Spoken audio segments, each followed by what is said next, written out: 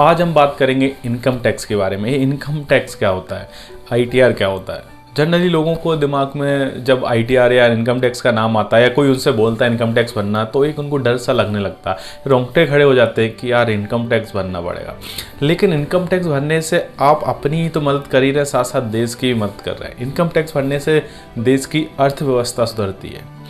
आप अगर income tax भर रहे हैं तो आपको बहुत गर्व होना चाहिए, गौरवान्वित महसूस करना चाहिए, क्योंकि आप उतने उस स्लैब में आते हैं कि आप सरकार को भी पैसा दे पा रहे हैं। तो आज हम जानेंगे क्या स्लैब है इनकम टैक्स के, पुराने दर और नई दर में क्या अंतर है, नई दर जो अपडेट हुई इससे क्या फ़ायदा है, और इनकम टैक्स कितने तक की छूट मिलती है, कितने स्लैब पे कितना परसेंटेज लगता है, तो यही हम जानते हैं। तो आइए चलते हैं।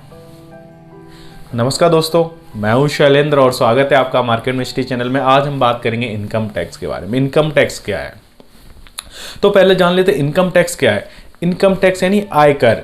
जो हमारी आय, जो भी आय है, जिस आय पे हमें टैक्स यानी कर देना पड़ता है, उसको हम इनकम टैक्स बोलते हैं। यानी हमें जो आय होती है, कहीं से भी हो, या बिजनेस से हो, सैलरी से हो, दुकान से हो, कहीं से भी हो, अगर जो हमें आय हो रही है उस पर हम जो कर यानी टैक्स देते हैं उसको हम इनकम टैक्स बोलते हैं। सो बेसिकली इनकम टैक्स हर किसी के लिए भरना ज़रूरी है, क्योंकि इनकम टैक्स के भरने से बहुत सारे बेनिफिट मिलते हैं और आप अपने बिजनेस को और अपनी चीज़ों को बहुत आसानी से चला पाते हैं। आपको एक डर खत्म हो जाता है कि इनकम टैक्स के बारे में कोई पूछा, क्योंकि आप ऑलरेडी भर चुके होते हैं इनकम टैक्स। इनकम टैक्स भरने से बहुत सारी सुविधाएं मिलती हैं, गवर्नमेंट की योजनाओं का फ़ायदा मिलता है, बहुत सारे गवर्नमेंट के लाभ मिलते हैं। इनकम टैक्स भरना बहुत अच्छा है। हमेशा अपने आप में एक गर्व महसूस करना चाहिए कि आप इनकम टैक्स भरते हैं और आप उस स्लैब में आते हैं। पहले जान लेते हैं कि इनकम टैक्स के स्लैब क्या है। इनकम टैक्स के जो स्लैब है, पुराने स्लैब क्या था, नए स्लैब क्या है, दोनों देख लेते हैं। जो ईयरली इनकम है इसमें, और न्यू स्लैब लिखा है और ओल्ड स्लैब लिखा है। तो जो 2.5 लाख रुपए इनकम था, पहले इसमें जीरो लगता था, यानी कोई भी टैक्स नहीं देना पड़ता था। अभी भी उसमें कोई भी टैक्स नहीं देना है।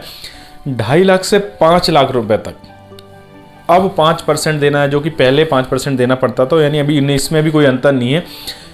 5 लाख से 7.5 लाख का जो स्लैब है, इसमें आपको अब 10% देना पड़ेगा टैक्स, जो कि पहले आपको 20% देना पड़ता था, तो बहुत ज़्यादा था। 7.5 से लेके 10 लाख रुपए तक आपको 15% देना पड़ेगा, जो कि पहले 20% था, यानी बहुत ज़्यादा था ये भी। 10 लाख से लेके 12.5 लाख तक आपको 20% देना पड़ेगा, जो कि पहले 30% था। 12.5 लाख से लेके 15 लाख तक आपको 25% देना पड़ेगा टैक्स, जो कि पहले 30% था। और 15 लाख से ज़्यादा पर 30% देना पड़ेगा, जो कि पहले भी 30% था। पुरानी इनकम टैक्स की दरों में और नई इनकम टैक्स की दरों में बहुत बदलाव हुआ है। इससे आसानी भी हुई है लोगों को इनकम टैक्स भरने में। इस स्लैब बनने के कारण ना आपको बहुत एक छूट मिल जाती है। हर स्लैब में आपको 5-5% का गैप मिल जा रहा। पहले आपको 30%, 20%, 10% ऐसे स्लैब थे, लेकिन अभी 10, 5, 10, 15, 25 से 30 ऐसे बनाती है, तो आपको इससे बहुत आसानी होगी। अभी मार्च का महीना चल रहा है, अभी टैक्स भरने की आखिरी डेट आ जाएगी और आपको टैक्स भरना रहेगा। तो उससे पहले आप जान लो कि आपको छूट क्या क्या मिल सकती है इसमें। इनकम टैक्स में आपको सेक्शन 80C के अंतर्गत आपके जो भी निवेश हैं उन पर 1.5 लाख रुपए तक की छूट मिल जाएगी।